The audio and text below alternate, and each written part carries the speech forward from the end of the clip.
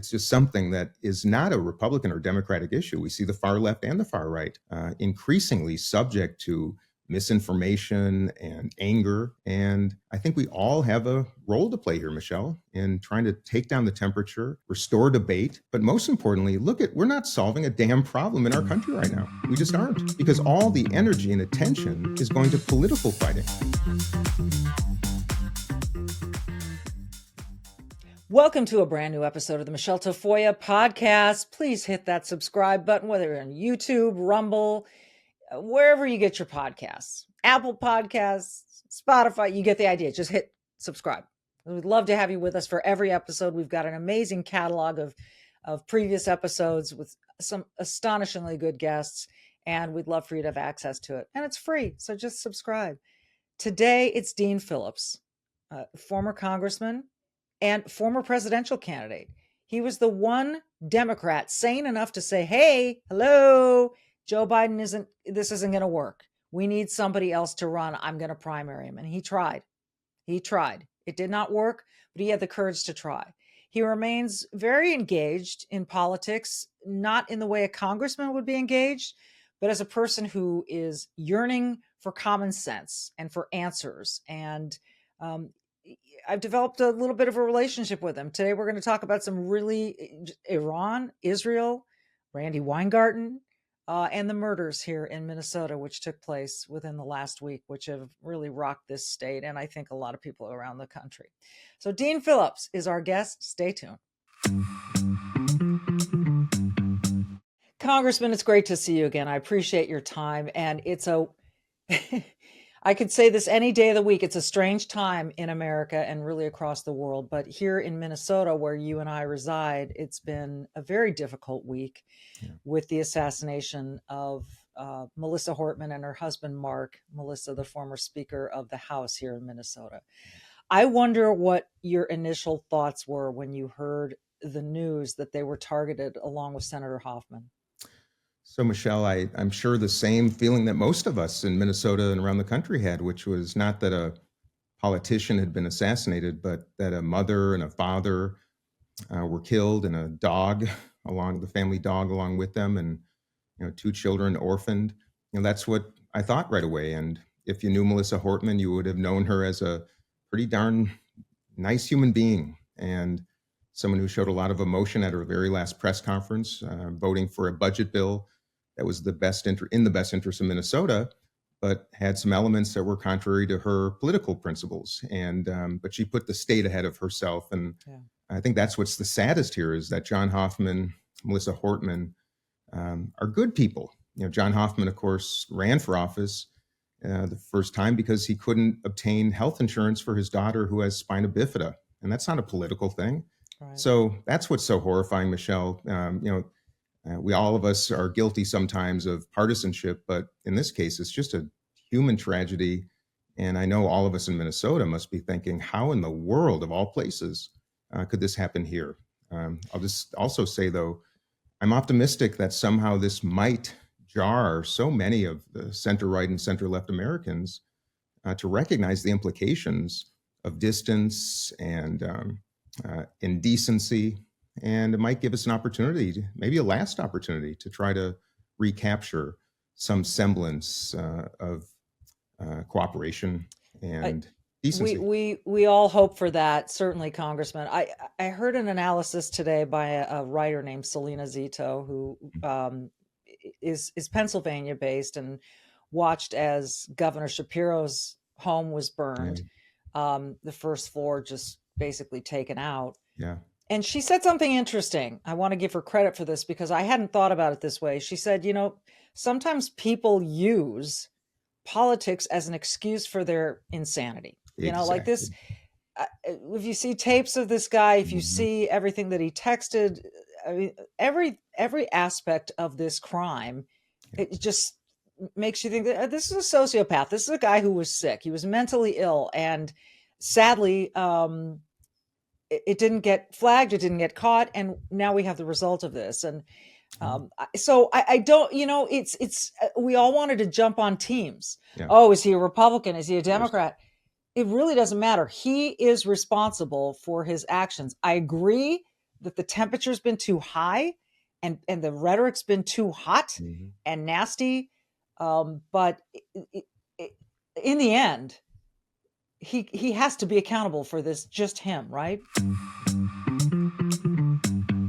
I tell anyone who will listen, if you have issues sleeping, sleepcream.com, sleep, CREME.com. Okay, so what is it? It is just what it sounds like. It's a topical, it's an ointment. It's more of a cream, CREME. And I put it on at bedtime. And first of all, a couple things about it. It has all natural CBD, which helps your body to do what it's supposed to do at bedtime, which is relax and go to sleep. It also has this aromatherapy element to it. They've got a lavender, they've got a rose sleep cream, which is just sensational. And it's not overwhelming. It's just perfect. So I put it on inside of my forearms, and all of a sudden I start to relax, and the aroma is a plus. If you are skeptical, because I was too, trust me, you can give it a try. And if in 30 days it does not work out for you, they guarantee they will give you your money back inside that 30-day window. So what have you got to lose? Nothing. And I'm going to give you a code to get free standard shipping on your first order. The code is home run. It's baseball season. Home run is the code. Go to sleepcream.com, sleep, CREME.com, sleepcream.com. Use that code home run, and your sleep will be a home run. In the end, he has to be accountable for this, just him, right?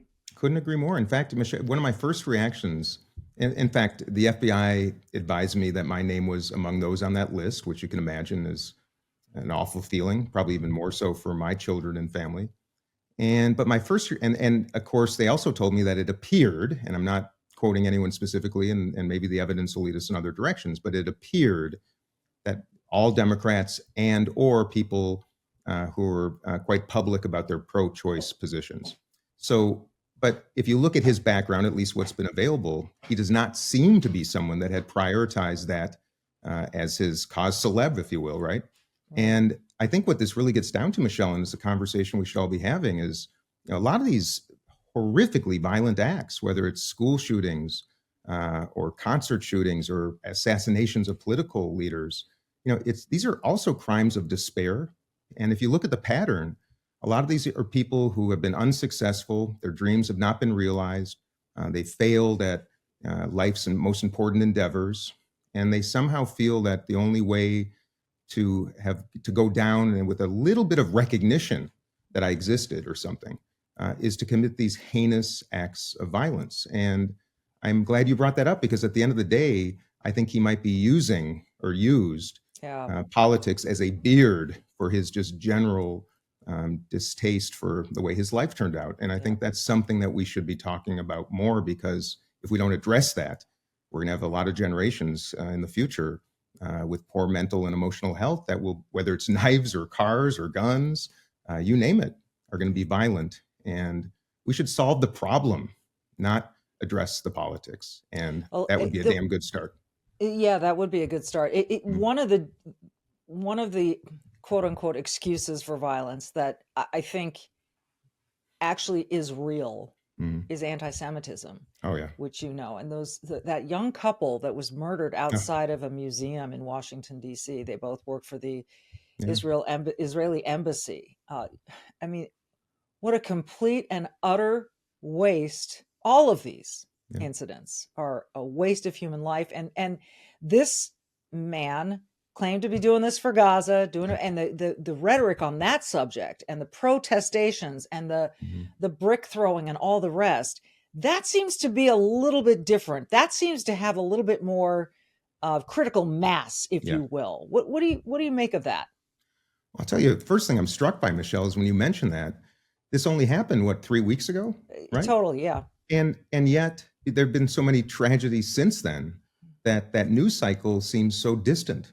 And I have to tell you, when you said that, I forgot that it was just a few weeks ago that horrible tragedy happened. We become so accustomed to it. It's become so normalized that while we still discuss them on podcasts and on newscasts, the fact of the matter is they're happening so regularly that we just kind of come to expect it. And that's awfully, awfully sad. All that said, is there is a difference between protesting and being political, being partisan, and then but using weapons instead of words. Yeah. And this whole country, for gosh sakes, was founded on the notion of the word, being the root of democracy and the root of policy, not weaponry. Right. And I'm deeply dismayed that our country somehow has lost. And by the way, not just us. This is happening around the world, of course. Mm-hmm. We've lost our way relative to disagreeing without being so disagreeable. And then you blend into that extraordinary, economic differences, the disparities between the haves and have-nots, the fear around the world of war and famine and COVID and all these things interrupting our lives, and then our unwillingness to provide help to those who have mental and emotional needs in this country. You put those things together, and I guess it shouldn't be that surprising that many of those who maybe start by throwing a brick, ultimately end up behind bars or dead themselves because of horrific acts. And it's just something that is not a Republican or Democratic issue. We see the far left and the far right increasingly subject to misinformation and anger. And I think we all have a role to play here, Michele, in trying to take down the temperature, restore debate. But most importantly, we're not solving a damn problem in our country right now. We just aren't, because all the energy and attention is going to political fighting. So we don't attack the problems, and Americans are sick and tired of it, left and right. And I think that's really the one root. problem has been, I don't want to say it's been solved, but the border crossings are, the numbers there are staggering, the difference. And it didn't require legislation. It just required a different approach. I think that is one thing. We're certainly, there's a lot going on. I do want to get to, we'll get to the Democrat Party last, because I think more important right now is this conflict, Israel and Iran. And it feels like we're in a moment, and you and I are sitting here recording this. By the time this podcast drops, the world could be a very different place. But I'm asking you, as a former congressman, former presidential candidate, and a man who is Jewish, and I saw you post about it, and you do think there's a role for America, because we are potentially on the precipice of something world-changing here, Congressman. If somehow we are able to, I don't know if it's going to take regime change, but get Iran to give up its nuclear program, it could be a complete game changer. How do you see the situation as we're sitting here right now? Well, I think you put it perfectly. We are at a precipice, and I hope that precipice is one that when we jump, that it's for the greater good, and the greater good is eliminating the Iranian regime's capacity to either acquire or build a nuclear weapon. And by the way, taking out their enrichment facilities and the research facilities, that is absolutely imperative. But don't be surprised, I should say, if the Iranians turn to the North Koreans, for example, or other like-minded regimes around the world. The North Koreans most obvious. I think that is a huge threat. And we have, we're not talking enough about that. So at the end of the day, I do hope we play a role. Israel, by the way, they can manage most of this. What they cannot manage and what they don't have in their arsenal is what we do, which is the bunker busting bomb that can actually penetrate down to, I think, 200 meters to actually get to these facilities. But that's just one element of this, Michele. At the end of the day, we've not been very successful at initiating regime change. That really has to come from within. Same is true in our own country. It took an uprising of the people to create the change. When other countries try to do it, it usually doesn't work. And in this case, the question is, are the Iranian people ready to stand up? I'd like your opinion on that, because it sure seems like they are. Now, I'm seeing dribs and drabs of people speaking out or writing letters and posting letters on X or wherever they happen to do it, or speaking of how much they desire this. We saw the spring uprising in previous years, and we never got that over the hump. I don't want to get off on a tangent here, but there is one element of this that is very interesting. And that is you have the Ayatollah Khomeini, and he's the guy. Hmm. And it seems as though the president has said, don't take him out. Other people, John Fetterman, a former colleague of yours, he's still in the Senate, has said, take him out. Yep. What are we waiting for? But there is this thought, and I think Winston Churchill had this thought, when we get someone to sign a treaty, we want them to be a very weak leader.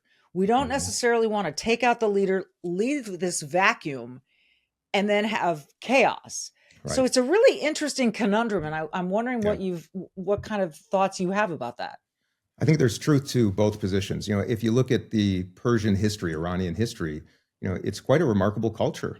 And I'm sure many watching right now probably know people who are descendants of Iran, of Persia, and a rich and beautiful and fascinating culture that not that long ago, before 1979, was as cosmopolitan, frankly, as Kabul and Afghanistan was. Yeah. I mean, we forget how delicate the good times really are. And I think we should all take heed of that. With all that said, not unlike most countries, Iran is quite divided. There is a massive number of hardline Iranians that deeply believe in the Quran as the method of governance, and they won't go down easily. The question is, are there enough young people and enough people of reason that believe a more secular government is in Iran's best interest? I think the answer is yes. And by the way, these things typically, Michele, they go very slowly until suddenly they go very fast. Yeah. And that's true of the Berlin Wall falling. That's true of a lot of regime changes. It was true in Syria just with us not that long ago. Right. So I think we've never had a better opportunity not to create the regime change, but to support those who might initiate it, empower those who wish to make peace, because this is not just about Israel. No. In fact, I hope people recognize it's actually much more about the entire Middle East, the entire free world, and the Saudis and the Gulf states and the rest of that region. They would love nothing more than to eliminate the Iranian threat, and maybe for the first time in our lifetimes, actually see a more prosperous, more free Middle East. And by the way, part and parcel with that is the tragedy in Gaza. And again, I'm very supportive of Israel. I think ultimately they had to do what they did. It's heartbreaking to see the bloodshed. None of us, I think, feel differently about that. But all these things go together. But at the end of the day, I think the real question you're asking is, can we do that? Can the military do it? Can a government do it?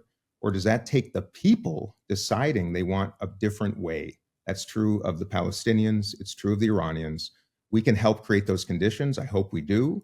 But at the end of the day, we cannot send troops in thinking that they're going to be throwing roses at us. That's not going to happen. Right. And at the end and then the other thing I want to say is this regime has, through their practices, not their words, through their practices, been dishonorable, have never upheld their end of the bargain. Right. And I'm afraid that a peace agreement would only be something that they would use to bide time while they rebuild their arsenal. So at the end of the day, I do think it is important that we decapitate this regime. And they may not be our dearest friend ever, but at least eliminate those who have so much blood on their hands and have created tragedies for so many. So and I think we're getting close, and President Trump has a very important decision to make here, maybe in the coming hours, about whether or not we were sitting here talking about it, and it could change any moment. Any minute. It's remarkable. As you said, things happen slowly and then all at once. And for him to leave the G7, go right to the Situation Room, we're not hearing a lot. We know that it's very, very serious. That I've been amazed, quite frankly. And this doesn't just go for this conflict. Remember the beeper attack on Hamas? That was amazing to me. And the pinpoint accuracy that the Israelis have had with taking out individuals, without, not taking down apartment buildings to get their targets, but just taking out these individual leaders and scientists. It is remarkable to me. And I like to think that this is the way that warfare can. I hate war. Nobody loves war. I don't care what anyone says. No one likes it.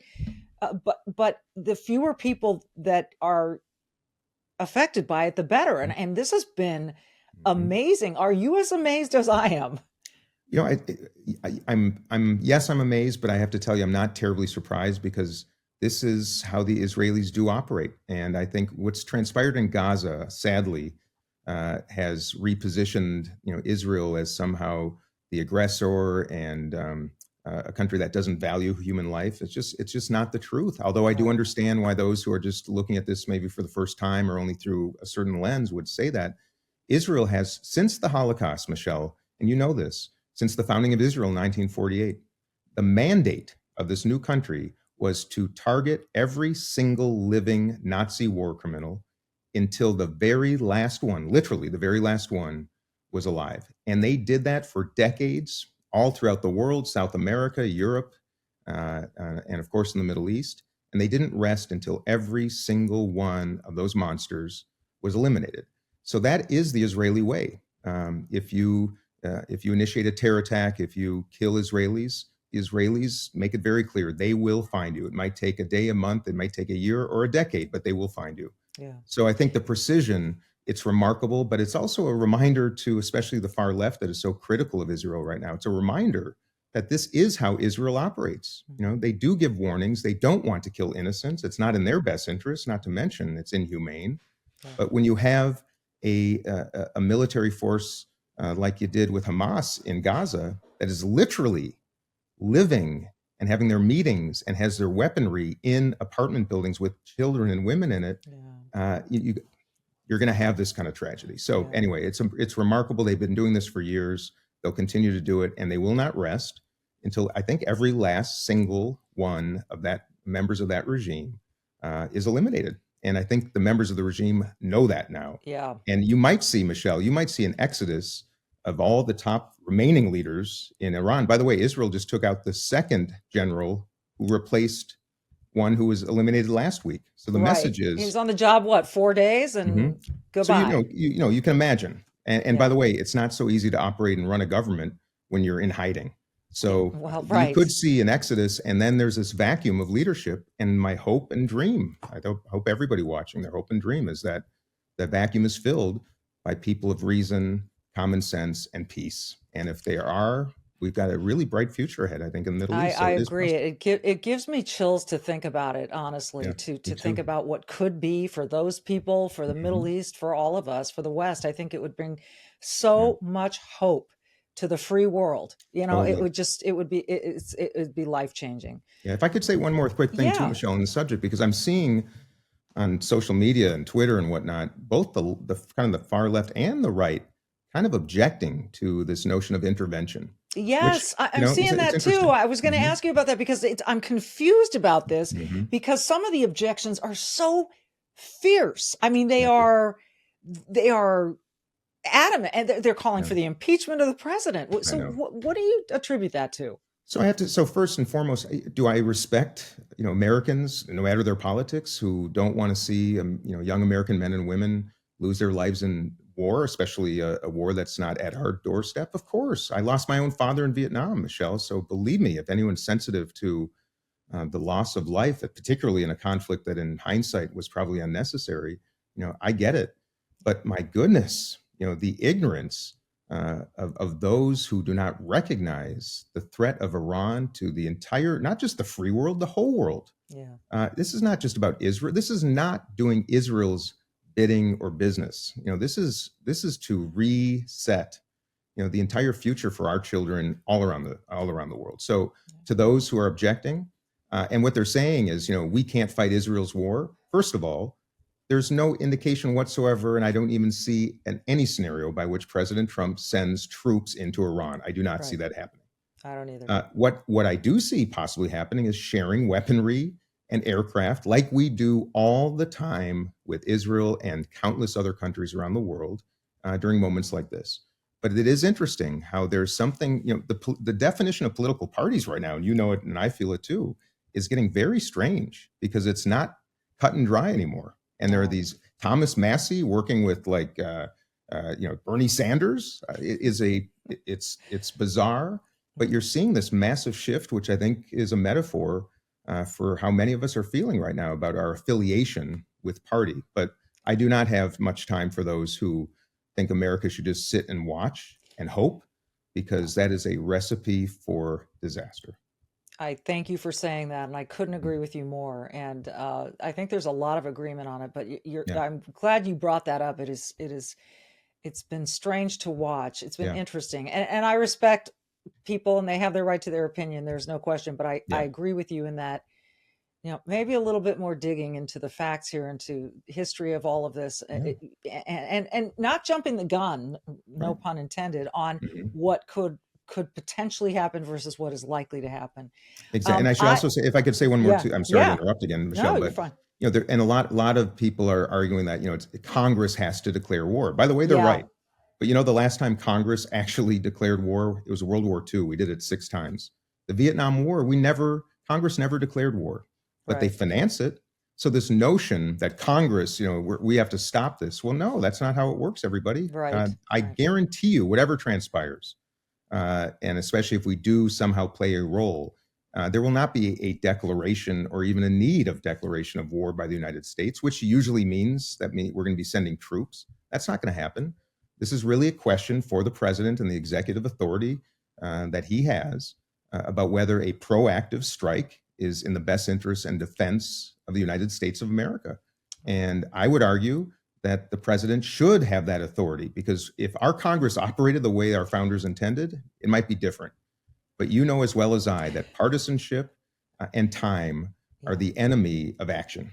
And I'm afraid, absolutely. I'm just afraid that if we leave it to Congress, it's going to be another debacle. And we need presidents who are willing to, with sobriety and great contemplation, make some proactive decisions in defense of not just our country, but the entire world. There Yeah, will not be a declaration of war, God forbid. yeah. I am with you 100% Mhm. there. What I did not have on my bingo card, as the cool kids say, this week was seeing Randy Weingarten, the president of the American Mhm. Federation of Teachers, Yeah. step away from the Democrat National Committee, the DNC. And she has said she is leaving, resigning her post, Mhm. which I frankly, I have to ask, why is the president of a teachers union occupying a post in a political party? Because it seems to me that education should be the least political thing that we have in this country. We should be worried about kids understanding how to read and write and do math, etc. So why was she there in the first place? And what do you make of her stepping away? Mhm.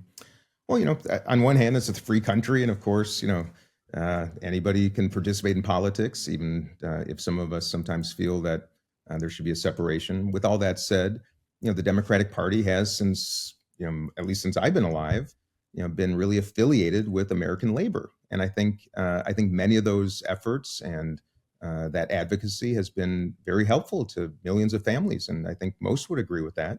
It's ironic now, and I think you'll probably agree that the labor union leadership is now aligned with Democrats, but laborers Mhm. uh, tend now to be voting for Trump and for Republicans. There's a very interesting shift happening.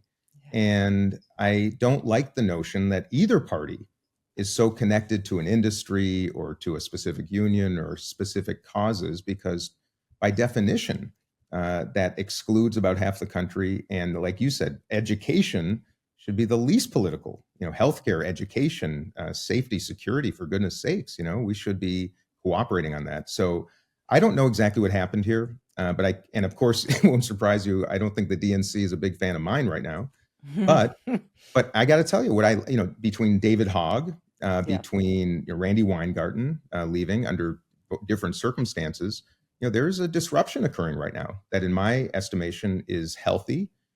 I would like to see both parties disconnect from the money game. By the way, the unions provide huge amounts of money.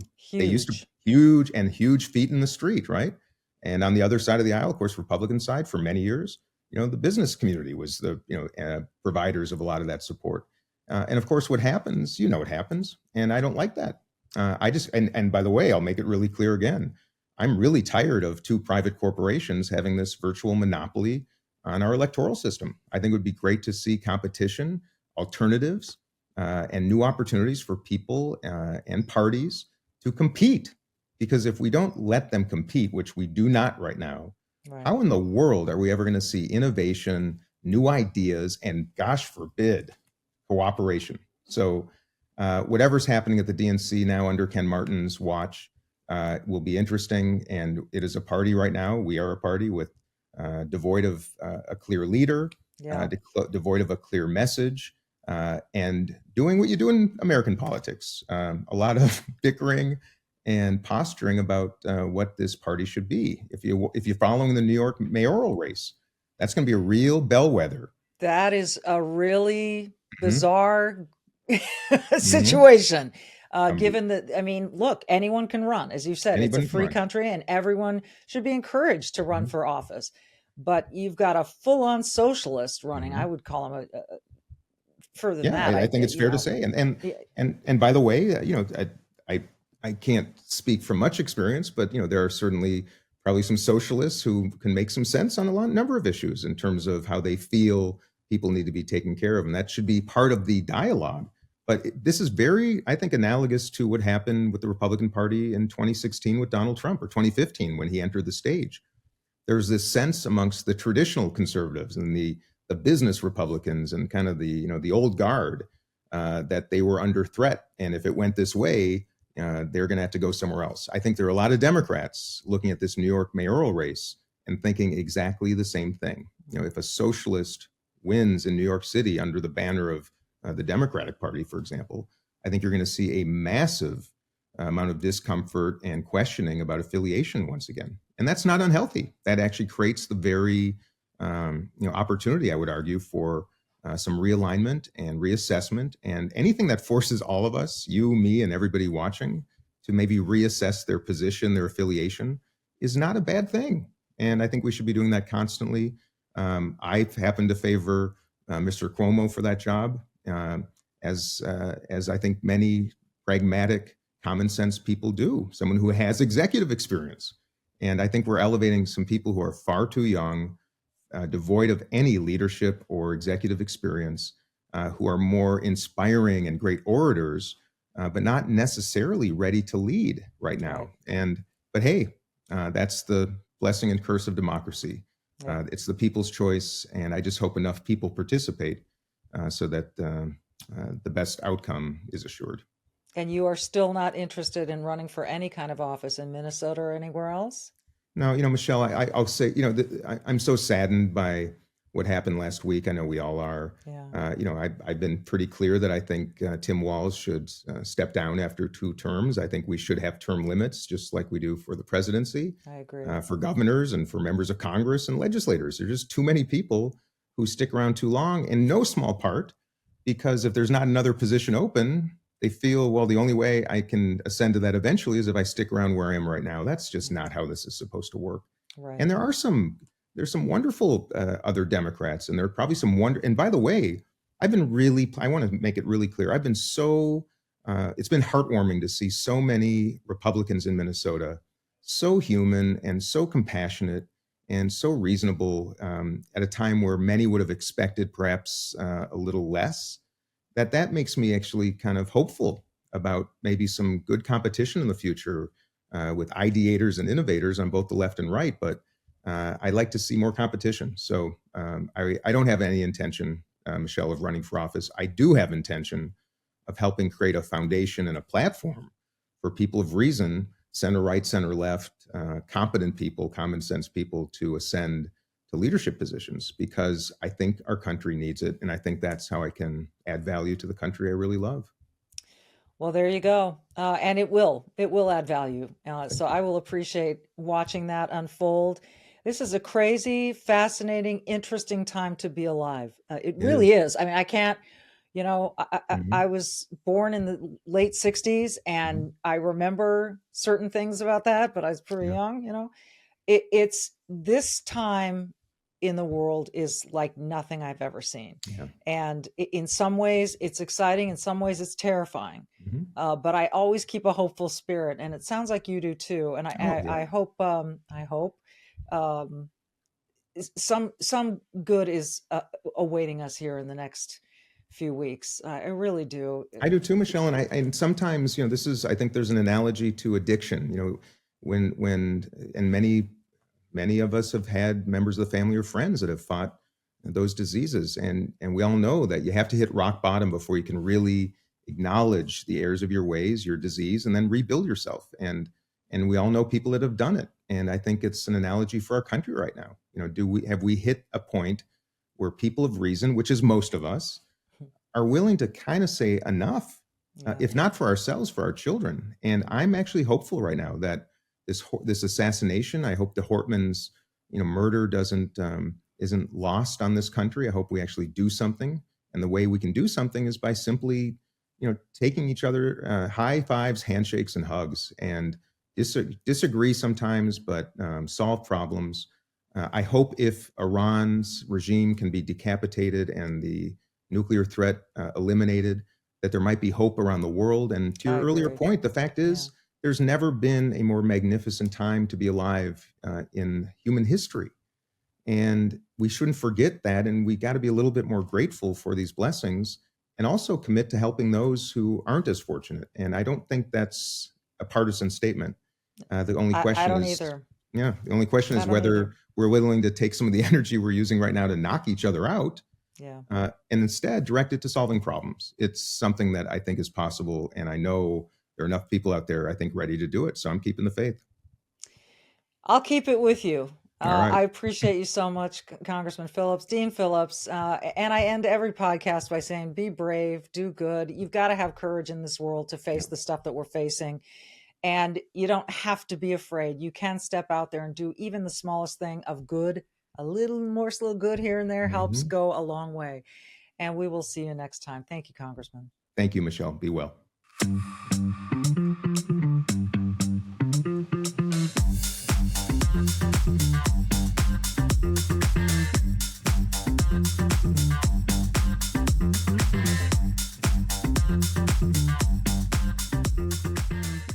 Hey, you can keep up with the Trump administration when you subscribe to the Trump Report. It's an email that brings you daily highlights from the Oval Office right to your inbox 5 days a week. Subscribe today at SalemPodcastNetwork.com/Trump.